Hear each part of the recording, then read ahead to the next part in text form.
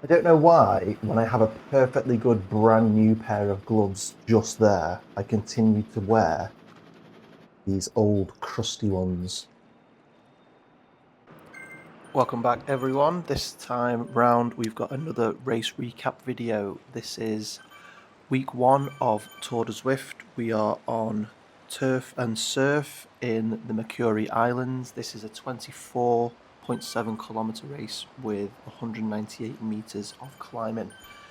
This is the first race that I will have done on YouTube in category C. I have done one other category C race at this point, which was one of the straight out of 2025 ones, the back end of last year. My racing score is currently 350, and this category is 330 to 450, so it's at the lower end of Cat C, but nevertheless still trying to be competitive in it. In these first few kilometres, as you can see from the route map in the top corner, it's pretty flat. Not a lot is going on. All I'm trying to do is remain in the pack, stay in the draft, try not to do anything in my last, I can't remember if it was my last video or the one before, where I did all the fitness tests and got my new FTP of 229. As we can see here, I'm averaging 205, so I know at this point in the race this isn't too taxing for me. I know I'm going to be able to hold this pace for quite a while. So first few kilometers tick by without a whole lot going on, just racing smart, trying to use what I've learned in Cat D to sort of put me in a position to do okay in this race.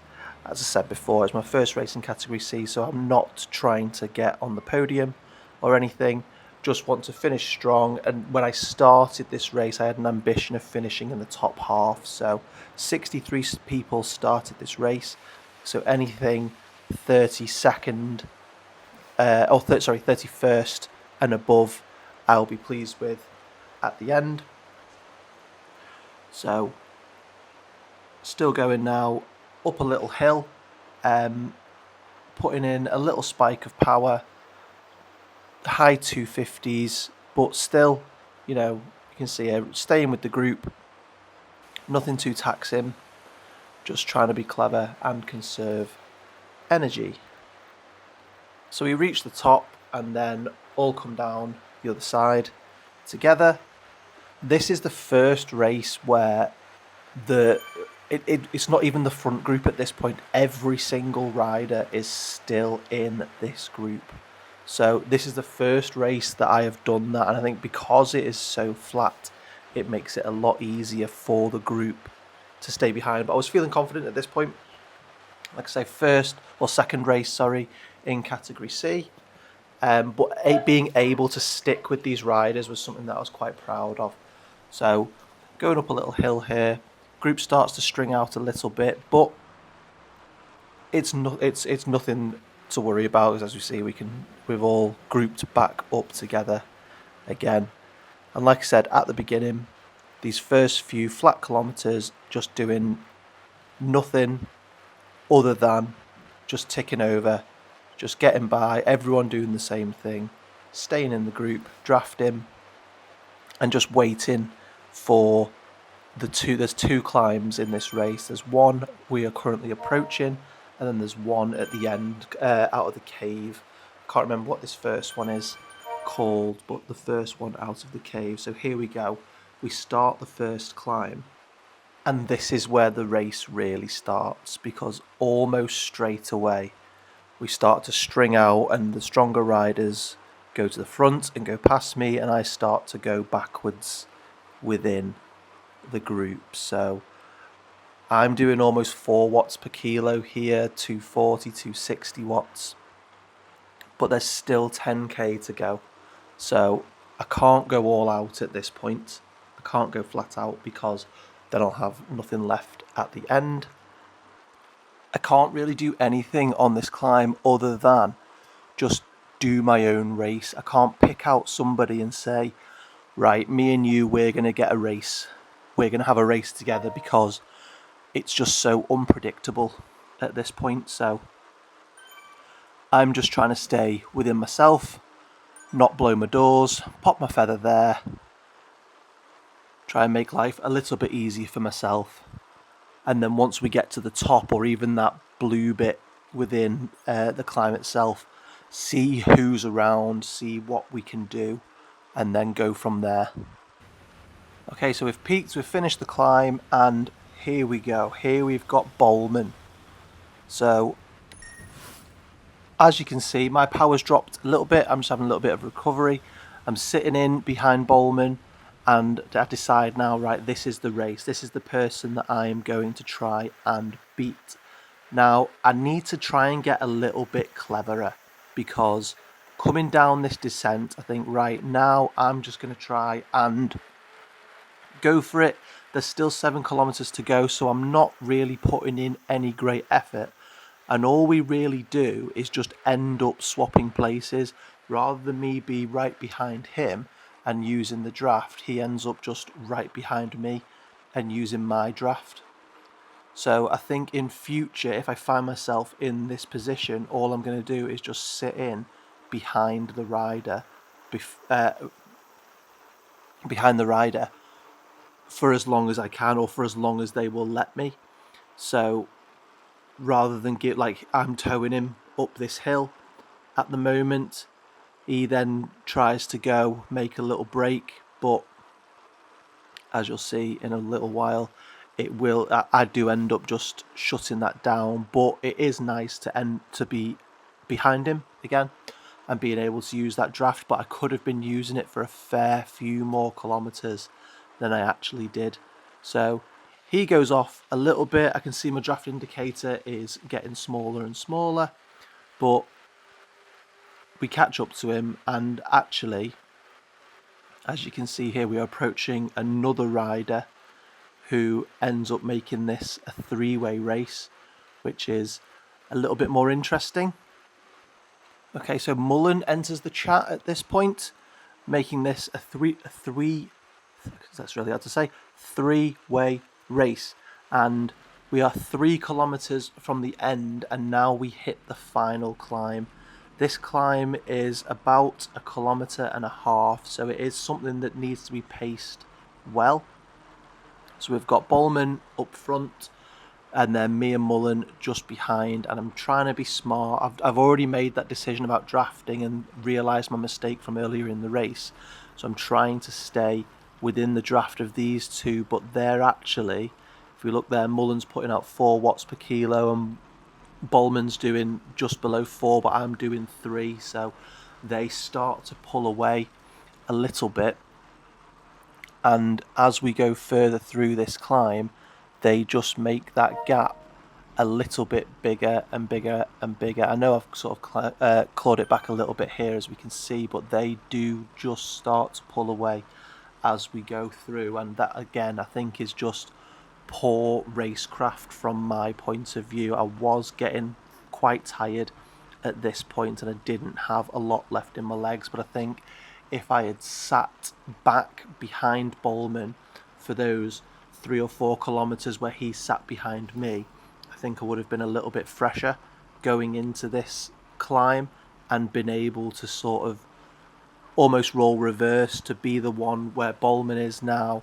Rather than hanging off the back, I would be the one making that break at the front. Okay, but I go past Mullen and think, right, that's okay. I've got him here. I'll close down Bowman. But then, as we can see, he ends up going past like a lightning bolt with his feather, using it pretty strategically and well, and he goes off to try and catch Bowman and leaves me feeling pretty sorry for myself. I think I pop my feather here in a minute just as the gradient turns red, but by that point it's a little bit too late. I don't know, I'm not deciding to use it just yet. No, I wait another 0.5 kilometer and then use my feather right near the top So again, that's just another poor race decision from me, and I just need to get a little bit cleverer with these choices that I'm making. So it would have been a wise idea to use it when Mullen used it. Probably could have caught him up, caught his wheel, just made getting up that hill a little bit easier, but it's not making a huge difference. And actually we're going downhill now a little bit, so it's actually working against me. So it was a poor decision, and we end up coming out of the tunnel and catching one guy, but he'd obviously just been dropping back from the front. He hadn't really featured in the race between me, Bowman and Mullen, but it's always nice to catch somebody on the run up to the finish. But then as we round the final corner onto the final straight, I can see Bowman is ahead of me. He's got a 2-second lead. So with everything I've got left, I do a final dash for the line, hoping to catch him, but it's just not enough. It's too little too late, and I end up crossing the line in 37th position, so not quite in that top half. Like I say, I didn't expect to get on the podium during this race or anywhere near the top, but I did feel quite proud of that almost the first 2/3 of the race, where I managed to stick with the group and do myself proud that way. And I just need to get a little bit smarter at finishing these races off. Our racing score stayed the same. Still 350. So I hadn't lost anything and I hadn't gained anything in that racing category C, but it did tell me that I'm definitely racing within the right category.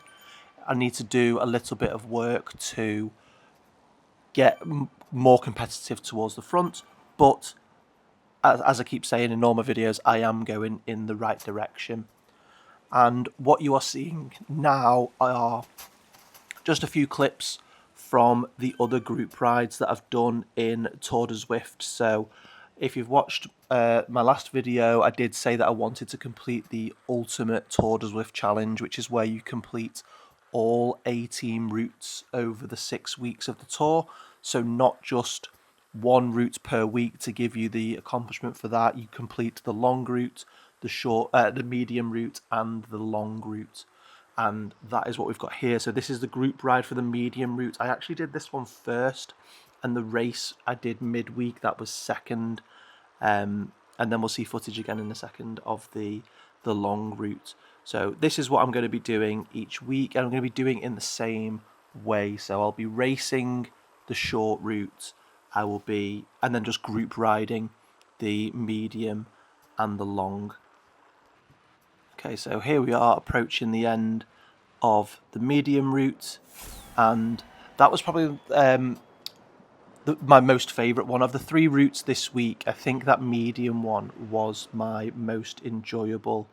The race one, the short one, I was just, well, I don't know, it's probably my own ability. I was just a little bit disappointed with it because it started off so flat and the group all stayed together and it was nice, and then as we went over those couple of bumps, it all spread out and then sort of didn't go to plan. But in the medium one, there were so many people signed up and started it that my computer wouldn't even show me all the riders in the race. It was just those people that were around me. But even in the starting pen at the beginning, that looked like there were huge groups of just sort of blank spaces because they just wouldn't load into. So it was really easy to find a group to ride with in that one and then stick with it. We're now watching the long route, and I was signed up for the group ride for this one, but I actually had a little bit of issue at the start, and I just couldn't join the group ride. It kept crashing Zwift. Again, it might have been to do with the amount of people that were signed up for it. I don't know, but in the end, the only way I could get around it was by doing it by just selecting the route and doing it as a free ride by myself. And you know how it goes. Sometimes you're doing these free rides and you settle into a nice groove and you find a group to ride with you, and it basically becomes a group ride. But that didn't happen this time. I rode the majority of this route by myself. here we are going up I think it's the Temple KOM. I'd done it in the previous group ride. Small connection issue there. It happens again just here, which is quite annoying. I did end up getting a little PB up the KOM, which was nice, but it was spoiled by a couple of connection issues, and those drops out of Zwift are still happening very occasionally. So if anyone knows why that's happening, could let me know. That would be really helpful, because what I really don't want is for that to happen in a race. But yeah, this one was, I think it was 53 kilometers with just under 500 meters of climbing, which is fairly long. As you can see there, the time's ticking by, not even at the finish yet, and we're 1 hour 37, just ticking over into 38, and then as we roll over the line, yeah, in just over 1 hour and 40. So it was a long time on the bike, but that's the route finished. And just to finish off, guys, here we've got the completion of all the routes for that week. So thanks for watching, and I'll see you in the next one.